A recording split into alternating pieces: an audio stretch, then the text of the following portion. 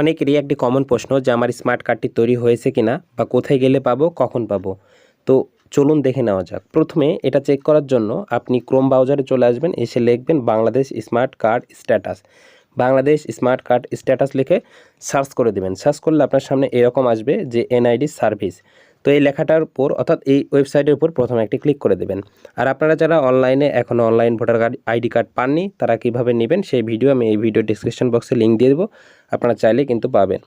তো form number যারা এরকম প্রথমে আসলে ভোটারের জন্য আবেদন করেছিলেন তাদের একটা ফর্ম নাম্বার দেওয়া হয়েছিল, তো ফর্ম নাম্বার এখানে দিয়ে দিবেন। আর যাদের অনলাইন কপি আছে ভোটার আইডি কার্ড তারা এখানে ভোটার আইডি কার্ড অর্থাৎ জাতীয় পরিচয়পত্র নাম্বার দিয়ে দিবেন। তারপর দিন, মাস, বছর এগুলো দিয়ে দিবেন। তারপর দেখতে পারবেন নিচে একটি জলছাপের মতো অংশ আছে, এখানে যে লেখাগুলো আছে সরাসরি এই ছবিতে প্রদর্শিত কোডটি প্রবেশ করান এই ঘরে বসিয়ে দিবেন।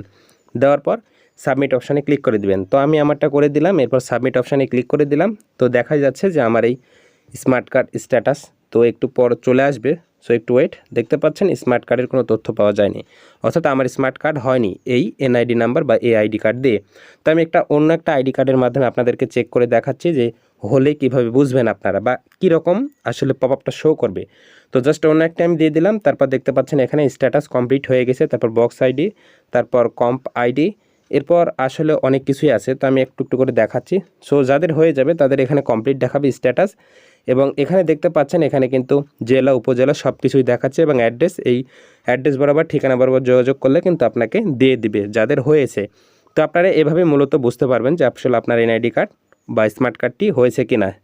তো যাদের স্মার্ট কার্ড হয়নি তারা এভাবে দেখতে পারেন। আর ছোট্ট একটা রিকোয়েস্ট, আমার এই ভিডিওটা যদি আপনাদেরকে ভালো লাগে বা উপকারে আসে তাহলে চ্যানেলটা অবশ্যই সাবস্ক্রাইব করে দেবেন, আর ভিডিওটা ভালো লাগলে অবশ্যই একটি লাইক করে দেবেন। সো ধন্যবাদ।